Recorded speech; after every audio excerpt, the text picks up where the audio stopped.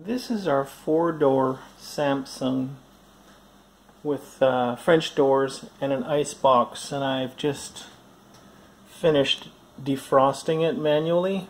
Now there's lots of videos about this type of refrigerator having issues of them icing up, and you can see how to take all the parts out, so I'm not going to go over that on this video.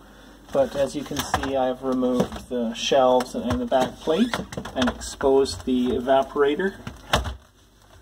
And there's a bit of a design flaw with these, where the ice buildup happens in this section here, so much that the blades of the fan start to hit it and it makes a buzzing noise, and if you let it go any longer, the ice actually stops the fan blade from turning, and you think, okay, well, there's lots of ice in here, but you don't actually cool the refrigerator because there's no airflow any longer and your food spoils.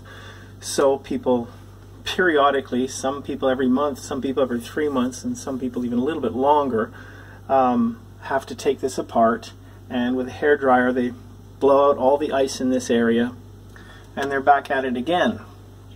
Well, I've checked mine, and the heating element is fine at 120 ohms, and the defrost sensor is fine. I had it in some warm water and some cold water and read the ohms on it, and it's within spec. So as so many people are finding, there's just a design flaw with these, and I thought I would bring up 2 points. First thing is the sensor. If you have a bad sensor, it'll usually tell you on the when you push the troubleshooting buttons. You can look at the manual for that. But this sensor position, some people have been moving it either to here or to here, because those sections tend to ice up a bit more, and I think that you get a longer defrost. The other thing too is the drain hole ices up as well, and once it no longer provides a path for the water to drain out, then you get condensation that can migrate up and then attach itself to this area here that interferes with the fan.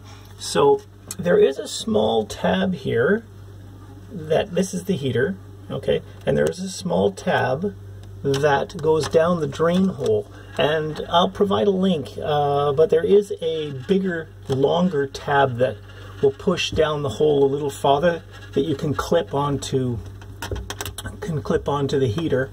It's a bit of a modification, but I'll provide a link for that. And the other way, and this is kind of an old trick, is people will take 6 inches of a number 12 or 12 gauge copper wire and just run it down the drain hole here, and then wrap it around. Okay, so it goes down, and then you wrap it around the heater, so the heater will heat up the wire. The wire will keep the drain hole, free of ice. Now, the one complaint about this is maybe when you wrap the copper around the heating element, that you might create some heat spots on the heating element, which might burn it out sooner. So if that's a concern, you could probably concentrate the wrap around this little tab. So down and then around this tab and back and around the tab, and the heat will transfer down and keep that hole clear, which should probably help as well. I'm going to attempt both of them just because I don't want to be back in here again, but I thought I would pass that on to you. This just unclips. I don't know if I can do it right now. It's still kind of frozen up, but okay, so that's your sensor here. You can pull this black stuff off and then reroute the wire to the other side and then clip it onto here, or some people have been clipping it on up here. But I'll give it a try and report back. Might be a few months.